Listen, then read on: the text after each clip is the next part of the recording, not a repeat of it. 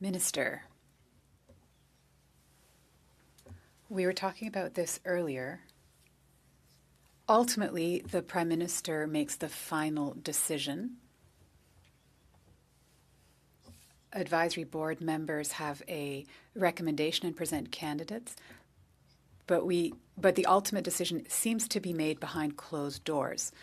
I think that the courts are the backbone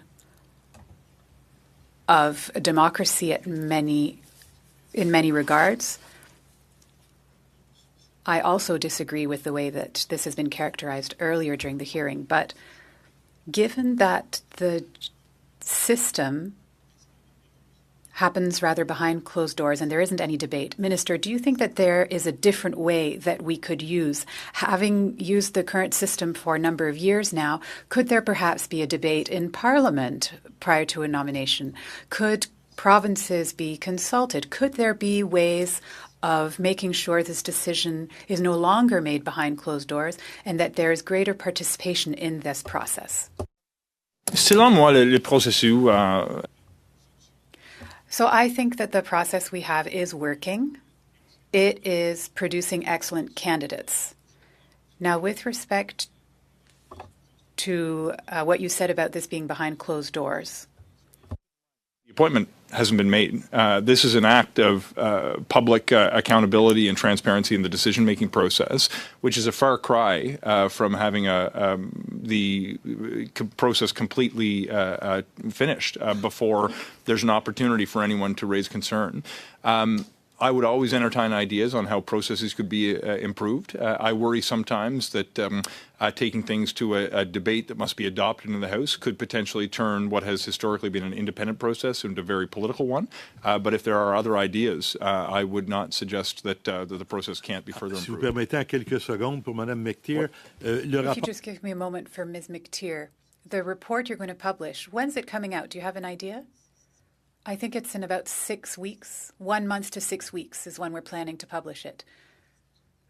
Of course, all of the board members are extremely busy over the summer, as you can imagine, I'm sure. Moving on to Mr. Brock for our last 5 minutes. Please go ahead. 5 and 5. Thank you, Chair, and I'll be splitting my last 2.5 minutes with Mr. Lawton. Minister, were you and the Prime Minister at Edom with respect to this justice that has been chosen? Only because when I give advice to the Prime Minister, I view that to be his information to share or not share. I can tell you I'm very, very comfortable with the selection that he's made in this process. Thank you. So to Ms. McTeer, the example I had previously provided to the Minister about Justice Yoel's application in 2019, which was ultimately rejected because Justin Trudeau found something offensive in a public statement. What would have happened in this particular case if the Attorney General made a recommendation for Justice Yoel and Prime Minister Carney rejected that? Would that have ended that particular candidacy? I don't see why not. I mean, the Prime Minister is, has been stated by many of you, the final arbiter in this. Okay. Our job was to present the best options. And so he has the right to veto. Well, I should think. I mean, yes, he has. Okay. He has the right to do it, even if he doesn't like what we have. Sure. Done. And the last question to you, Ms. McTeer, is I often lament upon the forced retirement of Justice Michael Moldaver, who I always had viewed as the dean of criminal law in this country. I still refer, when I was a practicing Crown attorney, I referred routinely to some of his decisions at various levels of court. Was there a specific need during the consultation process to find a candidate with superior criminal law and constitutional experience? Because it would appear, according to the bio of this particular justice, that he certainly fit that bill. We heard from the Chief Justice that was one of the essential criteria. The court needs to have this. I don't think anybody can substitute for Justice Moldaver, but that was actually very, very important in the consideration. Thank you very much. Mr. Lawton. Thank you. So This has come up before in the conversations we've been having today, this idea that the judiciary and judges need to be above reproach. But as we know, there also needs to be the perception and vision that it is above reproach. And I want to ask a bit about expectations when it comes to recusal and how judges are to navigate conflicts or perceived conflicts. Is this in the screening process and in the interview process something that's broached with candidates of how they will navigate issues where they may have a conflict or a perceived conflict? That was not raised, no, in these. Should it be, in your view? Because this has actually come up quite recently in public discourse surrounding the Chief Justice and how he is to reconcile public statements he's made on an issue with a case coming before the court. Is that not a relevant barometer of how a judge would approach the office? I don't think so. I really don't think so. I think we are looking at people of the highest moral character, and also we have to trust a bit to their own judgment and decision making. There is an attempt, or seems to have been an attempt, to politicize the courts. I think we have to be careful. The courts are not there to basically do what politicians want.